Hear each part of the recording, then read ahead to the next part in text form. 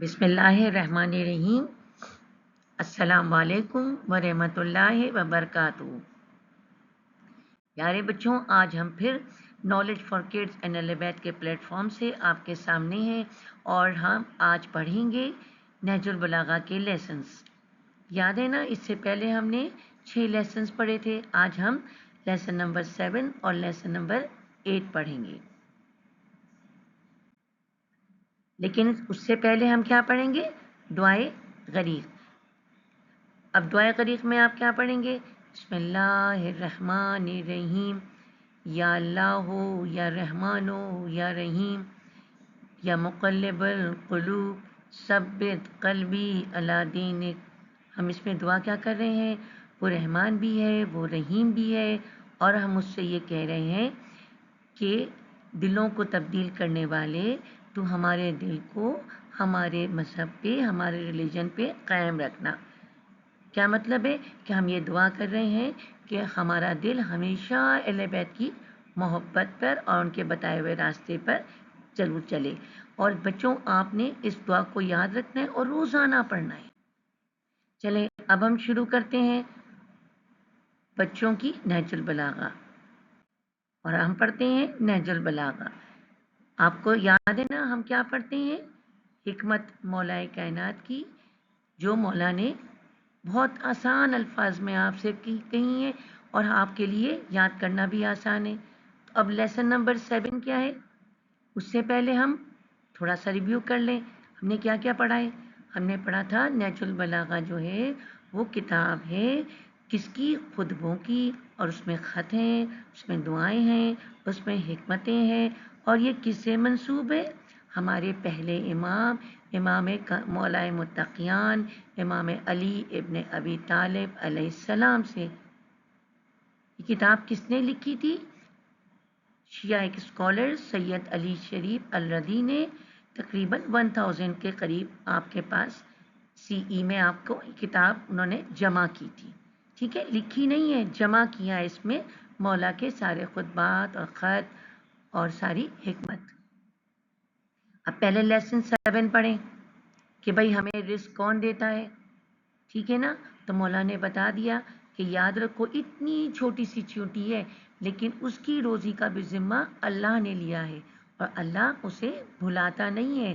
ہم سب کا بنانے والا کون ہے؟ اللہ تعالیٰ ہے۔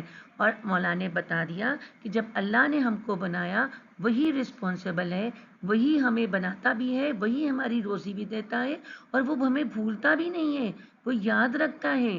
اتنی چھوٹی سی چیونٹی کو کوئی کھانا نہیں دے سکتا، لیکن پروردگار نے کہا میں نے اس کا ذمہ لیا ہے۔ چلیں اب کون سا؟ لیسن نمبر 8 دیکھا ہے آپ نے اس میں کہ آپ نے اس میں یہ دیکھی آپ نے آسٹرچ جو ہے اور یہ برڈز اڑ رہی ہیں، پلانٹس ہیں۔ اب ہم کیا سوچتے ہیں ان کو کون رزق دیتا ہوگا؟ وہاں تو نہ کوئی چیز، جیسے آپ ڈالتے ہیں نا، آپ کی امی وغیرہ باجرہ وغیرہ ڈالتی ہوں گی، ان کو تو کون کرتا ہے؟